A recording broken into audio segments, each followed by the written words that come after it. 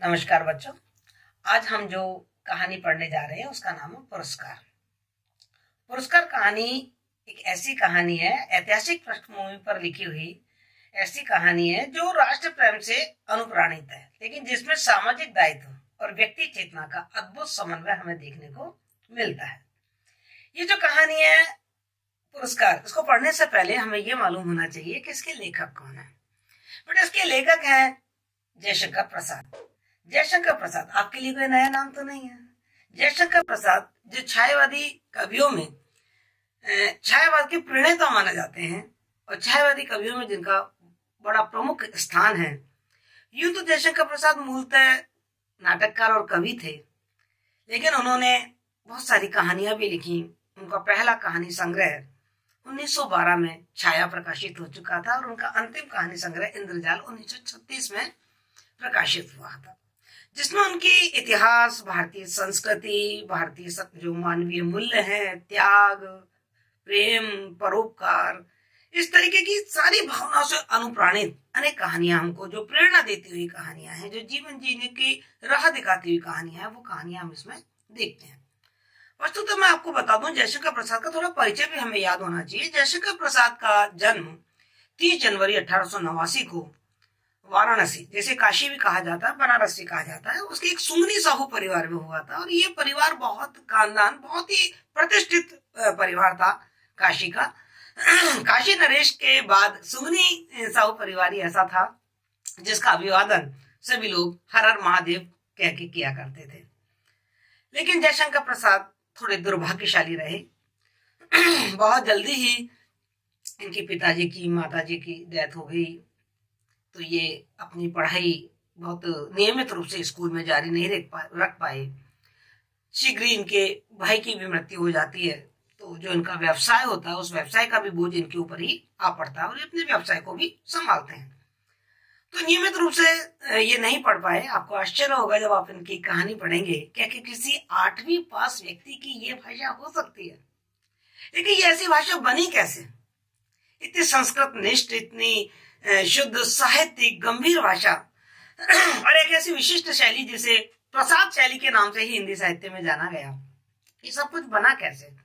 जयशंकर प्रसाद बहुत ही अध्ययनशील व्यक्ति थे। उन्होंने घर पे रहकर ही हमारे वेद, उपनिषद, बौद्ध साहित्य, जैन साहित्य, इन सबको पढ़ा, खूब अध्ययन प्राप्त किया उन्होंने। और वही अध्ययन उनके लेखन कला में हमें देखने को मिलता है। दुर्भाग्य ने जयशंकर प्रसाद का यहाँ भी साथ नहीं छोड़ा। उनकी पहली और दूसरी पत्नी की भी मृत्यु हो गई और उनका जो जीवन था वो एक तरीके से विरह वेदना का गढ़ बन गया। उनका पहला काव्य संग्रह आंसू, उसमें उनकी सारी विरह वेदना बह निकली। जैसा मैंने आपसे कहा कि जयशंकर प्रसाद मूलतः नाटककार और कवि थे। उन्होंने लगभग 13 नाटक लिखे और उन नाटकों में भी इतिहास और भारतीय संस्कृति उछल उछल कर हमारे सामने आती है। दुर्स्वामी, चंद्रगुप्त, स्कंदगुप्त, आपने ये नाटकों के नाम सुने होंगे। उनकी प्रसिद्धि का सबसे बड़ा आधार बना उनका महाकाव्य कामायनी, जो उनके जीवन की अंतिम रचना थी। तो इस प्रकार जो जयशंकर प्रसाद हैं वो एक बहुमुखी प्रतिभा के धनी साहित्यकार के रूप में हमारे सामने आते हैं। और उनकी जो ये हम कहानी आज पढ़ने जा रहे हैं पुरस्कार, ये कहानी जैसा कि मैंने आपसे बताया कि ये जो कहानी है वो कहानी राष्ट्र प्रेम और व्यक्ति प्रेम, इन दोनों के समन्वय, इनका अद्भुत समन्वय इस कहानी में हमें देखने को मिलता है। कहानी की का जो प्रारंभ है ना वो ही बहुत ही शानदार है। मैं उस कहानी की जो प्रारंभ की लाइनें हैं वो आपको बताना चाहूंगी बतौर इस तरीके से कि जयशंकर प्रसाद की भाषा थी क्या। आद्रा नक्षत्र, आद्रा नक्षत्र आकाश के काले काले बादलों के घुमड़, जिनमें देवदुंदुभी का गंभीर घोष प्राची के निरभ्र कोने से स्वल्प झांकने लगा था, देखने लगा था महाराज की सवारी। ये देखिए, इसमें वर्णन है वर्षा ऋतु।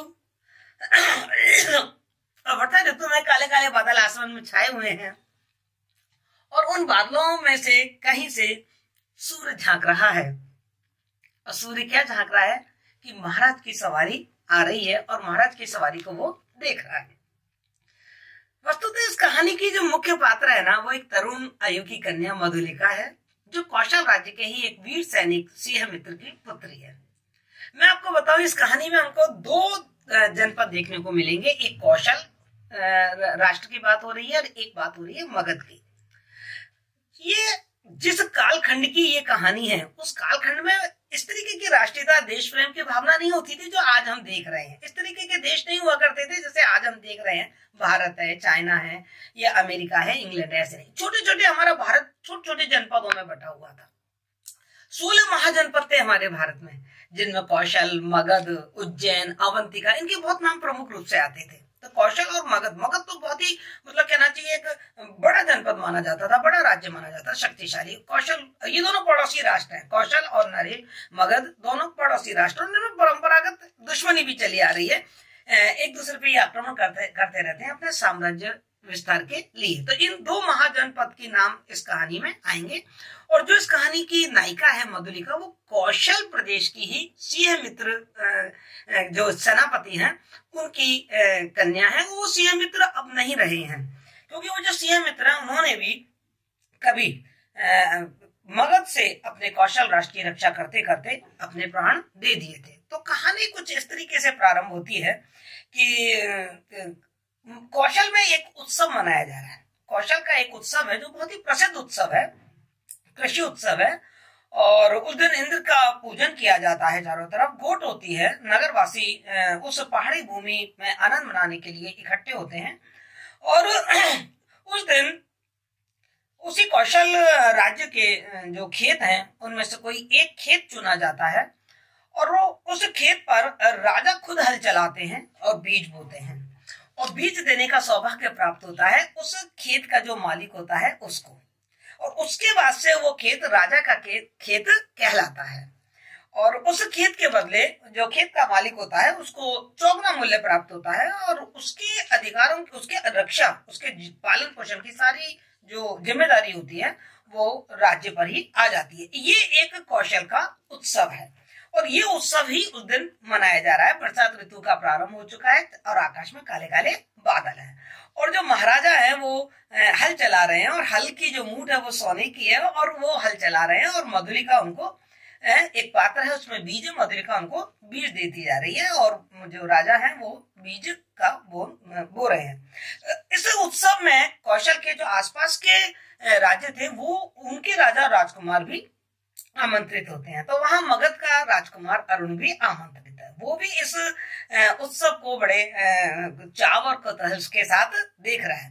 मतलब लेखक ने बड़े प्यारी सी एक बात कही है कि सारे लोग देख रहे थे राजा को कौतूहल से हल चलाते हुए, लेकिन जो अरुण है वो बड़े विस्मय के साथ, बड़े चाव के साथ देख रहा था मधुलिका को। कितना भोला सौंदर्य है मधुलिका का, वो सौंदर्य पर आकर्षित हो चुका था। मतलब पहली नजर में वो मधुलिका पे बहुत आकर्षित हो चुका था कि मधुलिका इतनी सुंदर, अपूर्व सुंदरी है मधुलिका, और उसका जो भोला और मासूम सौंदर्य है उससे तो वो बहुत ज्यादा प्रभावित हुआ। तो क्या होता है कि इस तरीके का ये जो उत्सव है वो चल रहा है, बीज बो दिया जाता है और हल चला लिया जाता है। जब पात्र खाली हो जाता है तो राजा उस पात्र में जो नियम है, नियम अनुसार कुछ स्वर्ण मुद्राएं डाल देते हैं।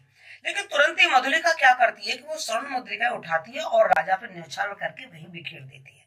और जैसे ही वो ये काम करती है, राजा की एकदम भक्ति तन जाती है। मतलब एकदम उनको बुरा लगता है कि जो मैंने इनको दिया है, उसको दिया है, ये पुनः मुझे मेरे पे लौटा रही है। तो एकदम उसकी गुस्सा को देख के मधुलिका कहती है कि देव, ये मेरी पूर्वजों की भूमि है, मेरे पितृ पितामहों की भूमि है, इसे बेचना अपराध है, इसलिए मैं ये मूल्य स्वीकार नहीं कर सकती। इतने में जो मंत्री होता है वो थोड़े से गुस्से में बोलता है कि अबोध क्या बक रही है, ये तो कौशल का राज नियम है और तू तो राजकीय संरक्षण की अधिकारिणी हुई है। मधुलिका बहुत ही विवेकशील और स्पष्टवादी और निडर और साहसी लड़की है। वो तुरंत उनको जवाब देती है मंत्री को कि राजकीय रक्षण के अधिकारी तो सारी प्रजा होती है, मैं ही थोड़ी हूँ। मतलब मेरा खेत ले लिया तो मैं ही थोड़ी हूँ। प्रजा का तो कर्तव्य है कि वो सारी प्रजा की, राजा का तो कर्तव्य है कि वो सारी प्रजा की रक्षा करे। तो मेरे राष्ट्रीय नियम से मेरा कोई विरोध नहीं है, जो राष्ट्र का नियम है मैंने अपनी भूमि को समर्पित किया है। आज से मेरा खेत राजा का खेत है, लेकिन मैं इसकी जो कीमत है वो नहीं लूंगी, ये असंभव है। चलो, ये उसकी इतनी स्पष्टवादिता और एकदम खरी बातों से बात वहीं खत्म हो जाती है और पूरे दिन उत्सव चलता रहता है। उत्सव खत्म हो जाता है, शाम हो जाती है, रात हो जाती है, सब लोग अपने अपने घर चले जाते हैं। लेकिन जो मधुलिका है उसके मन में कष्ट तो है ही ना कि उसका खेत जा चुका है, क्योंकि उस खेत पे ही वो अपना जीवन निर्भर कर रही है, उसी जीव से अपनी जीविका चलाती है। क्योंकि इसके जो पिता थे सिंह मित्र, वो तो एक युद्ध में वीरगति प्राप्त कर चुके हैं मगध के विरुद्ध कौशल राष्ट्र की रक्षा करते हुए, और इसीलिए महाराजा मधुलिका से बड़ी प्रभावित होते हैं और उससे बहस भी नहीं करते। जब वो इस तरीके का अपना जवाब देती है कि मैं इसका कोई मूल्य नहीं लूंगी, तो वो समझ जाते हैं कि ये बहुत स्वाभिमानी कन्या है और एक साहसी वीर सैनिक की पुत्री है, तो इससे बहस करना बेकार है।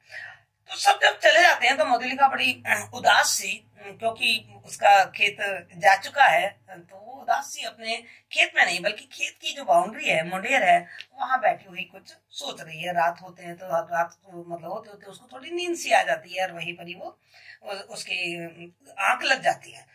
इधर जो अरुण है वो सारी चीजें देख रहा है, मगध का जो राजकुमार है अरुण वो देख रहा है। मधुलिका के सौंदर्य से तो वो प्रभावित था ही, लेकिन मधुलिका का जो ये विवेकशीलता थी, जो स्वाभिमान था, जो साहस था, निडर था, उसने तो जैसे अरुण को बहुत ही हतप्रभ कर दिया। वो रात में चैन से सो नहीं पाता और जैसे ही पौ फटती है, सुबह होती है, वो तुरंत अपना घोड़े को उठाता है और वो मधुलिका के खेत की तरफ जा पहुंचता है। मधुलिका के खेत की तरफ जब जा पहुंचता है तो क्या देखता है कि जो मधुलिका है वो उसकी आंख लग चुकी है और वो थोड़ी सी मतलब नींद सो रही है, उसकी आंख लग चुकी है। लेखक ने यहाँ पे बहुत प्यारा सा एक वर्णन किया है, एक लाइन में आपको जरूर बताना चाहूंगी। अरुण ने देखा एक खिन्न माधवी लता वृक्ष की शाखा से च्युत होकर पड़ी है, सुमन मुकुलित, भ्रमर निस्पंद। अरुण ने अपने अश्व को मौन रहने का संकेत किया। देखो उसको क्या कहा है कि बड़ी माधवी लता बोला है मधुलिका को, लेकिन खिन्न उदास है वो क्योंकि उसका खेत छिन चुका है। ऐसा लगा जैसे कोई पेड़ से अलग हटकर कोई माधवी लता पड़ी हो और चारों तरफ पुष्प खिले हुए थे, शांति छाई हुई थी और अरुण उस सौंदर्य को चुपचाप देखता रहता है। लेकिन उसी समय एक कोयल बोल उठती है और मधुलिका जाग जाती है। जब वो देखती है कि एक अपरिचित व्यक्ति उसको तक रहा है तो वो मतलब काफी हतप्रभ सी रह जाती है और अरुण से बात करता है कि कल का जो उत्सव था तुम ही उसकी संचालिका थी।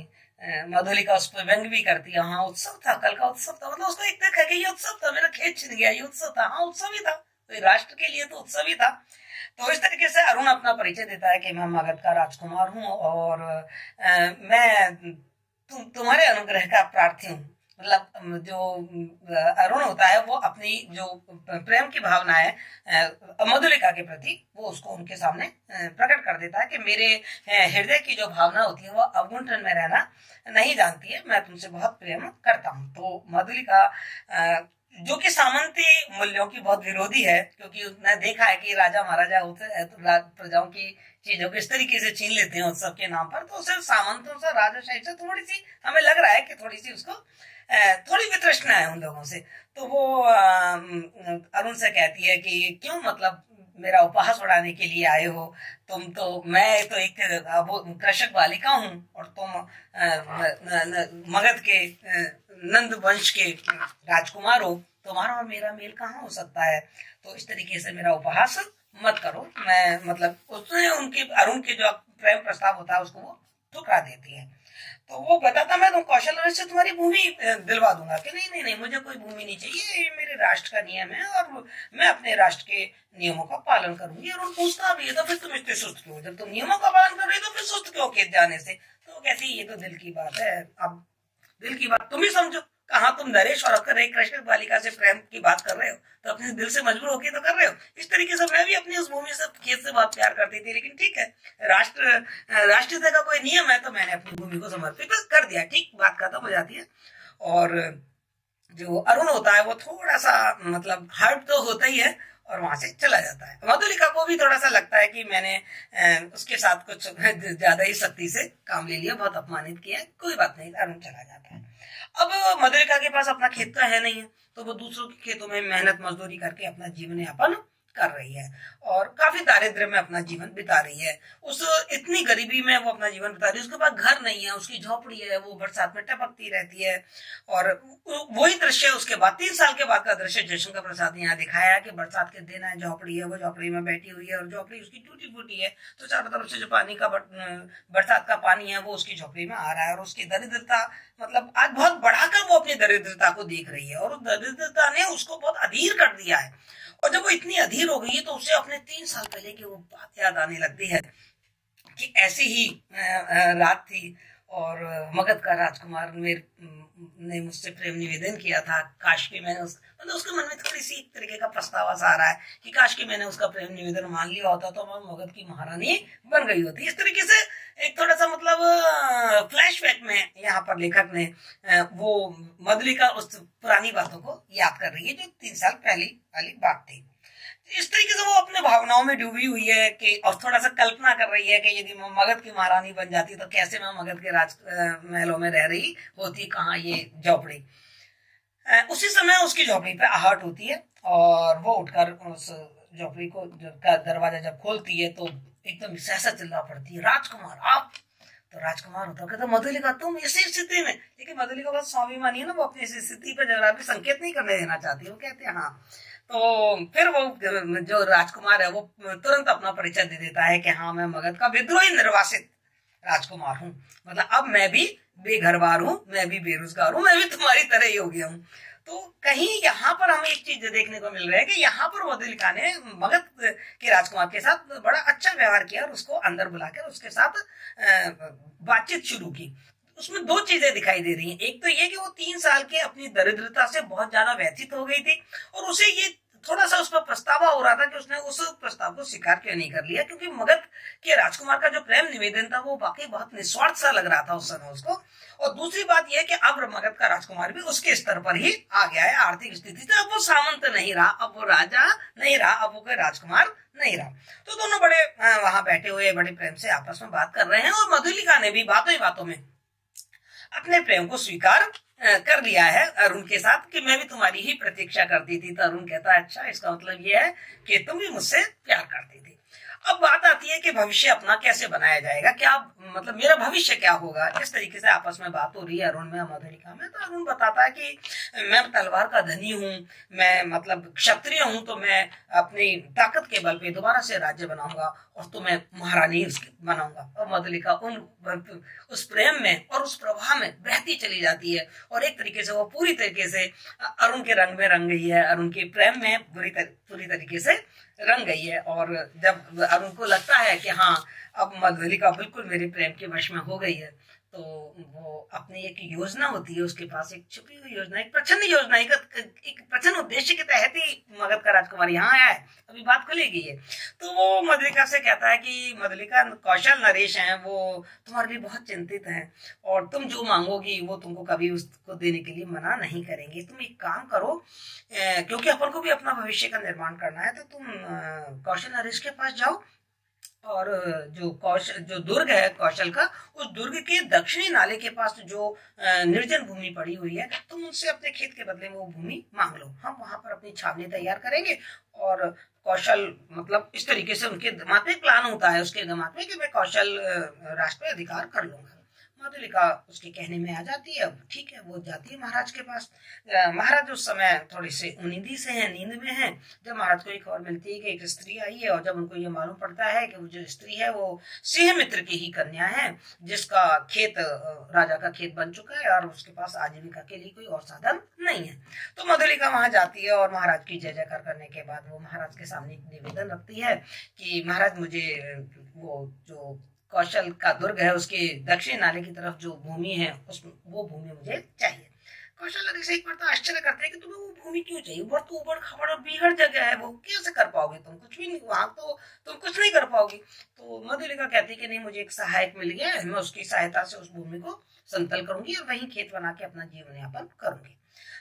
तो राजा महाराजा कहते भी हैं कि वो तो एक तरीके से बहुत सैनिक महत्व की भूमि है, क्योंकि दुर्ग के बिल्कुल दक्षिण में है, तो वो तो सामरिक महत्व की भूमि है, सीमा है कौशल का लेकिन ठीक है, उनको लगता है कि तो सिंह मित्र की कन्या है जो राष्ट्रीयता और देश प्रेम से अनुप्राणित है, इसके पिता भी ने भी वही गौरवशाली परंपरा की थी और वही गौरवशाली परंपरा ये भी निभा रही है, तो वो उसको वो भूमि दे देते हैं।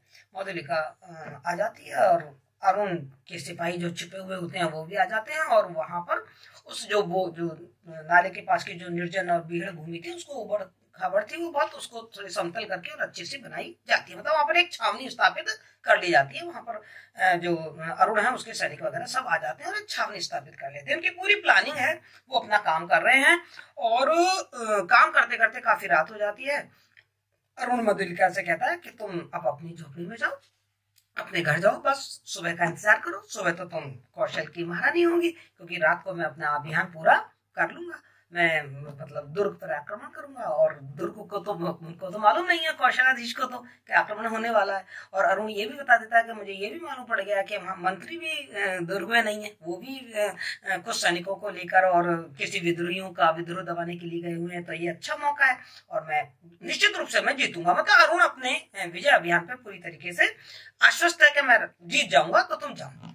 अब मधुलिका वहां से निकलती है और अपने घर की तरफ जब आ रही होती है तो रास्ते में मतलब वैसे तो वो बहुत प्रसन्न बहुत खुश थी, लेकिन जो रास्ता था वो बहुत अंधकारमय था और वो अपनी सुख की कल्पना कर रही थी कि किस तरीके से मैं कल महारानी बन जाऊंगी, कि एकाएक उसके दिमाग में एक विचार आता है कि अरुण क्यों सफल हो। मतलब एक तरफ तो वो ये कह रही है कल मैं महारानी बन जाऊंगी, एकाएक उसके दिमाग में विचार आता है कि अरुण क्यों सफल हो, श्रावस्ती का दुर्ग एक विदेशी के अधिकार में क्यों चला जाए और मैं क्या करने जा रही हूँ।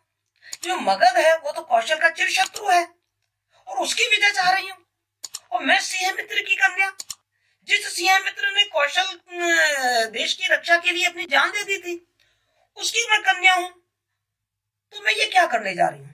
मैं तो ये बहुत बड़ा धोखा, बहुत बड़ी बेवफाई अपने देश के प्रति करने जा रही हूँ।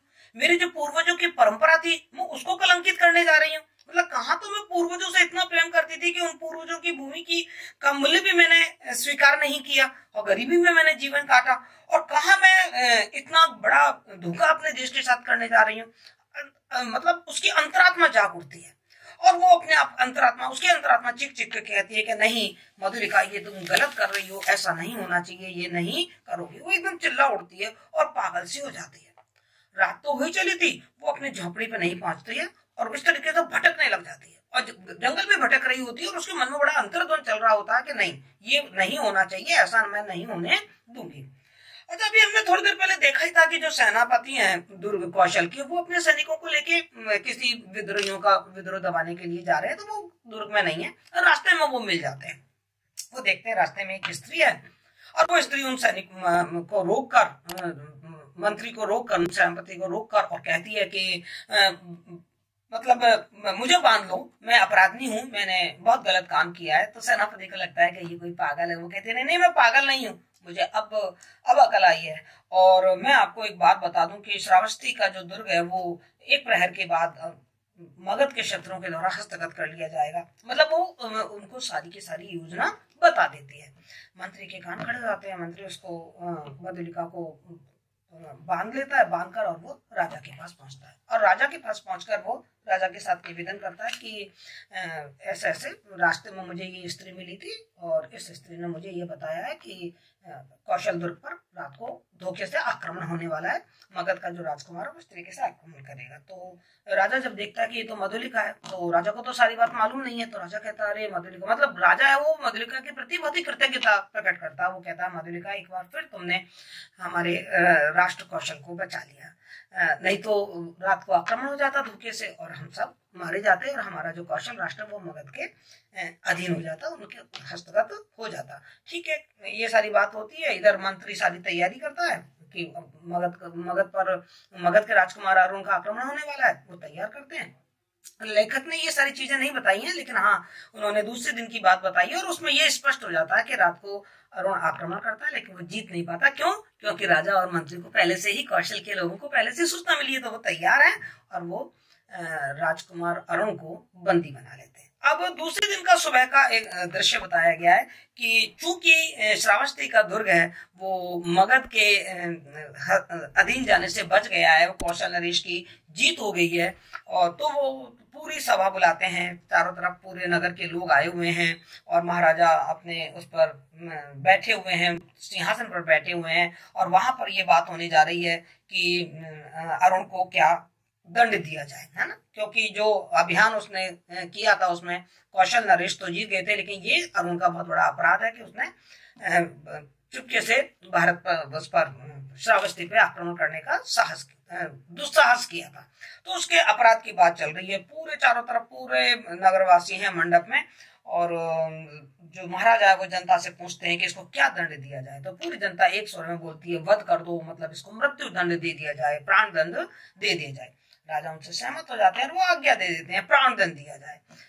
अब मधुलिका को भी बुलाया जाता है क्योंकि यही अवसर है, महाराजा को लग रहा है कि यही अवसर है, मधुलिका को इस समय पुरस्कार देना चाहिए क्योंकि मधुलिका ने बहुत बड़ा काम किया है, देश हित की बात करी है, राष्ट्र को बचाया एक दस्यु राजकुमार के हाथों में जाने से। तो वो मधुलिका को भी बुलाते हैं और मधुलिका से पूछते हैं कि तुझे जो पुरस्कार लेना है मांग, लेकिन वो चुप हो जाती है। राजा फिर कहता है कि देख जितनी भूमि मेरे पास अपनी है मैं सारी भूमि तुझे दे दूंगा। मधुलिका को देखकर जो अरुण होता है वो व्यंग से मुस्कुरा जाता है, क्योंकि अरुण के मन में क्या चल रहा है वो आप भी समझ सकते हैं। अरुण ने मधुलिका के साथ मिलकर ही ये योजना बनाई थी, और जब अरुण को मालूम पड़ता है मधुलिका ने ही ये सारा भांडा फोड़ा है तो वो व्यंग से मुस्कुरा पड़ता है। मधुलिका कुछ नहीं बोलती, बस थोड़ी देर देखती रहती है, और फिर जब राजा उससे बार बार कहते हैं कि नहीं तुझे मांगना पड़ेगा, मैं तुझे अवश्य दूंगा, जो तू मांगेगी तुझे मैं अवश्य दूंगा, तो मधुलिका जो जवाब देती है ना उससे पाठक एकदम हतप्रभ रह जाता है। मधुलिका तुरंत कहती है तो मुझे भी प्राण दंड दिया जाए, और यह कहकर वो अरुण के बगल में जा खड़ी होती है। तो ये थी कहानी हमने देखी, और इस कहानी में हमने क्या देखा कि जयशंकर प्रसाद ने जो राष्ट्र प्रेम है, मधुलिका ने अपने देश को भी बचाया और मधुलिका ने अपने व्यक्तिगत प्रेम की मर्यादा को भी निभाया। इन दोनों प्रेम मतलब सामाजिकता और व्यक्तिकता, इन दोनों का समन्वय हमें इस कहानी में जयशंकर प्रसाद के माध्यम से देखने को मिलता है। मतलब जयशंकर प्रसाद की जो कहानी है उस कहानी में जो मानवीय भावनाओं की उदात्तता है, जो उदात्त भावनाएं हैं, उनका दिग्दर्शन बहुत ही सहज और आकर्षक शैली में किया गया है। तो कैसी लगी आपको ये कहानी? बहुत अच्छी लगी। अब कहानी हम पढ़ चुके हैं, कहानी का सारांश हम देख चुके हैं, मैं आपको सारी कहानी बता चुकी हूँ। अब हम इस कहानी से संबंधित कैसे प्रश्न हमारे एग्जाम में आ सकते हैं उन पर विचार करेंगे। देखिए, एक प्रश्न आ सकता है कि कहानी को अपने शब्दों में लिखिए, वो मैंने आपको समझा दिया, आप आराम से लिख सकते हैं। दूसरा प्रश्न आ सकता है कि इस कहानी की मूल संवेदना क्या है, इस कहानी का क्या उद्देश्य है, हम उस पर विचार करेंगे। तीसरा प्रश्न आ सकता है कि कहानी के तत्वों के आधार पर कहानी की समीक्षा कीजिए, हम इस वाले प्रश्न के उत्तर पर भी विचार करेंगे। और एक बहुत इंपॉर्टेंट क्वेश्चन आ सकता है कि मधुलिका की चारित्रिक विशेषताएं क्या है, क्योंकि इस कहानी की जो नायिका है वो मधुलिका है, तो मधुलिका की चारित्रिक विशेषता क्या है, वेरी इंपॉर्टेंट क्वेश्चन है आपके एग्जामिनेशन की दृष्टि से।